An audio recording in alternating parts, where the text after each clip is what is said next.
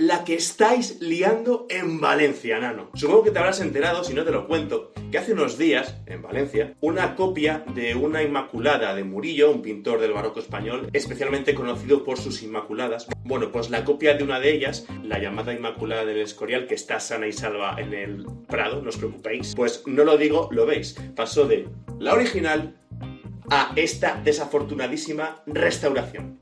Vamos a analizar este suceso de la mano de dos personas dedicadas a la restauración, conservación e historia del arte. Vamos a entrevistar a Marina de Restauradores Enfurecidos, una cuenta de Instagram dedicada a explicar mediante noticias, posts y demás materiales el trabajo del restaurador. Ella es licenciada en Conservación y Restauración del Patrimonio. Y también vamos a contar con Benito Rodríguez Arbeteta, de siglo17.es. Él es historiador del arte y mediante sus dos visiones vamos a profundizar un poco en este oficio y en el proceso de restauración. Tenéis los enlaces de estos dos proyectos en el comentario fijo. Esperamos que este vídeo os sirva y sea especialmente útil a los estudiantes y ya profesionales de Historia del Arte, Restauración y Conservación del Patrimonio. Y nada más, ¡empezamos! Pues Marina de Restauradores Enfurecidos, muchas gracias por atendernos. ¿Qué tal? ¿Cómo estás? Bien, ¿y tú?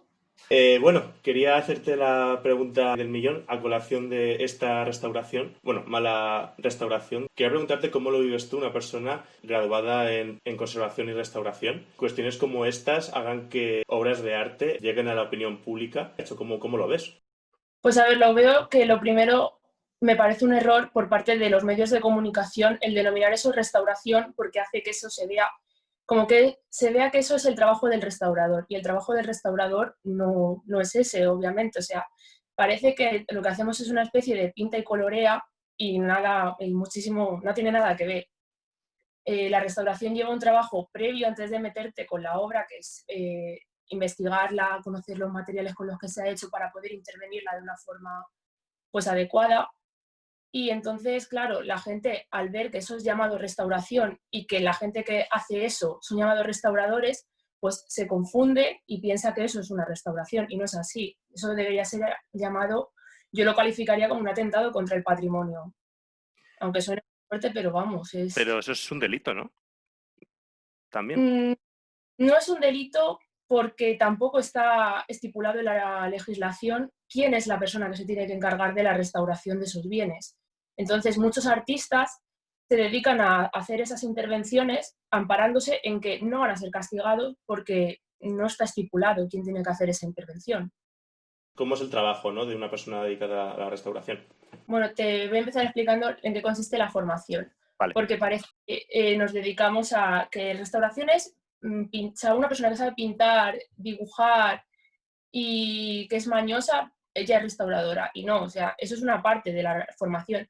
Pero también tenemos formación en química para conocer, cuando hacemos las limpiezas, con qué tenemos que limpiar, porque a lo mejor tú limpias con determinado producto y te has llevado media obra, porque es soluble en ese disolvente, que es lo que yo creo que ha pasado con la Inmaculada de Valencia, que le ha emborronado la cara por utilizar un disolvente no adecuado, y entonces la ha pintado encima, y eso ya es irreversible. Lo que te llevas no lo vas a volver a recuperar nunca. Luego también tenemos formación en física para conocer el comportamiento de los fluidos, en biología, y luego ya a partir de terceros, por lo menos en la Complutense, que es donde yo estudié, ya te metes a restaurar obras, pero también conocemos pues legislación para conocer pues la legislación que hay en patrimonio, tanto a nivel nacional como en las diferentes comunidades, porque no es la misma.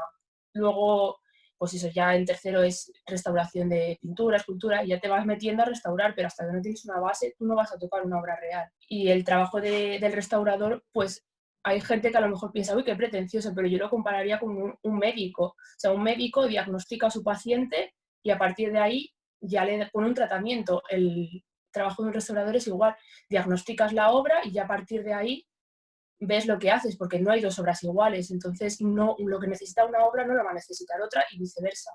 La restauración de la copia de la Inmaculada de Murillo, eso ha sido un tema muy importante por parte de los historiadores del arte y también por los restauradores, en el que una persona puede hacer mucho daño al patrimonio español. Los restauradores lo han utilizado como portaestandarte de su profesión, reivindicando que un buen profesional es importante. Nada más encontrar una obra de arte, lo primero que tenemos que hacer es acudir a un historiador del arte. investigar qué es esta pieza, ¿no? Especialmente si es propiamente de este campo. Este investigador hará una catalogación, investigará y determinará si esta pieza es auténtica o falsa y qué aporta en el campo de la historia del arte. Para ello tendrá que hacer previamente un mapa de daños para determinar qué porcentaje es de su obra. Se aplicará, por ejemplo, luz ultravioleta o bien se decidirá si se tiene que aplicar una restauración. Se acudirá al restaurador, el restaurador también se hará su propio mapa de daños y acordarán tanto el investigador o historiador del arte con el restaurador cómo hacer esta intervención. En este momento tenemos que pensar si es necesario hacer la intervención. Lo primero se asentará la obra, luego se hará una limpieza y se decidirá si hacer una intervención mimética o diferenciada, como puede ser el regatino. Siempre las intervenciones tienen que ser reversibles y no te puedes inventar nada. Es muy importante el papel tanto del historiador del arte como del restaurador. Sin esto se generan obras que han sido destruidas como este tipo. He visto que en la cuenta has estado muy activa con la acción de este episodio. No es el primero que hay. Desde el famoso Ecce Homo de Borja ha habido otros, quizás no tan mediáticos, ni siquiera este, pero bueno, este tipo de situaciones, ¿qué te suscita? ¿Qué hablas con tus colegas sobre estos episodios? Pues a ver, en verdad es que, claro, siempre llegamos a la misma conclusión. Hasta que esto no se regule nuestra profesión y se estipule quiénes son las personas que tienen que realizar estas intervenciones, no vamos a poder cambiar nada, yo creo. Y también, aparte de eso, es una parte muy importante de educar a las personas, a la sociedad, para que se juzguen esas malas intervenciones, porque al fin y al cabo el patrimonio es de todos. Entonces, si se están cargando ese patrimonio, se están cargando algo que es nuestro, que es de todos. Y luego lo del Ecce Homo, en mi opinión, lo comenté en un post de Restauradores Enfurecidos.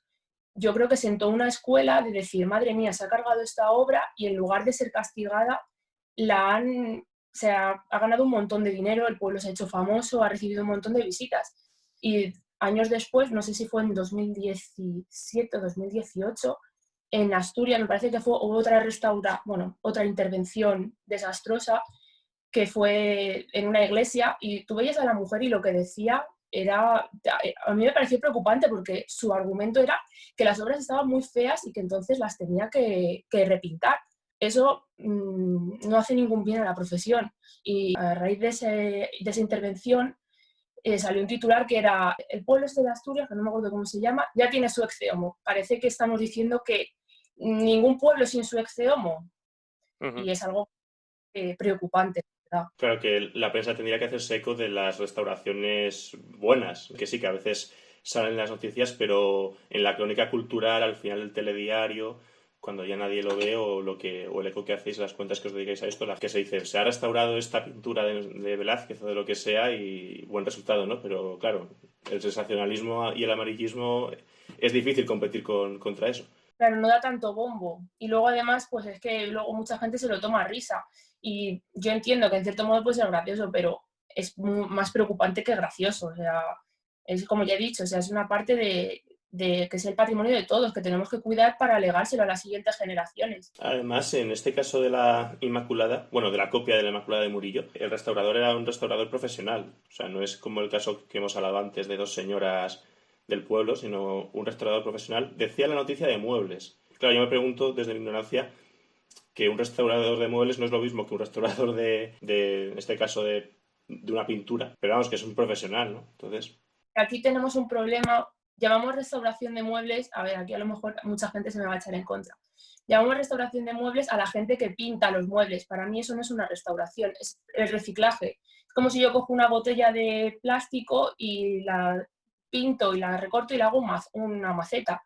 No estoy restaurando esa botella, la estoy reciclando, estoy cogiendo algo para darle otro uso en lugar de tirarlo. Entonces, para mí, eso, la gente que se dedica pues, a pintar muebles y eso, que me parece un trabajo que es muy digno, y pues yo también he pintado muebles en mi casa y demás, pero no es una restauración, para mí es reciclaje. La restauración tiene algo más. Necesitas unos conocimientos, pues lo que te he dicho, de los materiales de la obra, y luego necesitas hacer también un informe de lo que has hecho a la obra, documentando tu proceso, y eso en la intervención de los muebles, que es pintar los muebles, no es necesario. Entonces, yo no sé si esa persona tenía una formación donde se puede obtener nuestra formación es en universidades, en las facultades de Bellas Artes tienen pues la de la Complutense, la de Sevilla, la de Granada, en Barcelona creo que también hay, en País Vasco, o si no, en las escuelas superiores. O sea, es un título oficial, en cambio, el reciclaje de muebles no requiere de esa formación. Entonces, yo no sé cuál era la titulación específica de esa persona. Aquí hay también una cosa, no sé si tendrá algo que ver. El propietario de esta imagen era un particular, privado. ¿Cómo es un poco el mundillo entre la restauración pública y la restauración que se puede hacer en el ámbito privado? La restauración pública yo creo que está más regulada. Una persona sin titulación no puede acceder a una restauración del ámbito público. Por ejemplo, si se saca a concurso la restauración de las pinturas murales de una capilla, te piden en la licitación, te piden el currículum de las personas que van a trabajar. En cambio, si es en el mundo privado, a día de hoy puede hacer gran cosa, a no ser que esa obra esté declarada bien de interés cultural. Pues muchas gracias, Marina, de Restauradores Enfurecidos, por tu tiempo, por acercarnos al mundo de la restauración a colación de esta cuestión tan polémica y que, joder, a ver si podemos hablar en contextos no tan así tan crispados y mediáticos y muchas gracias por tu tiempo. Muchas gracias a ti.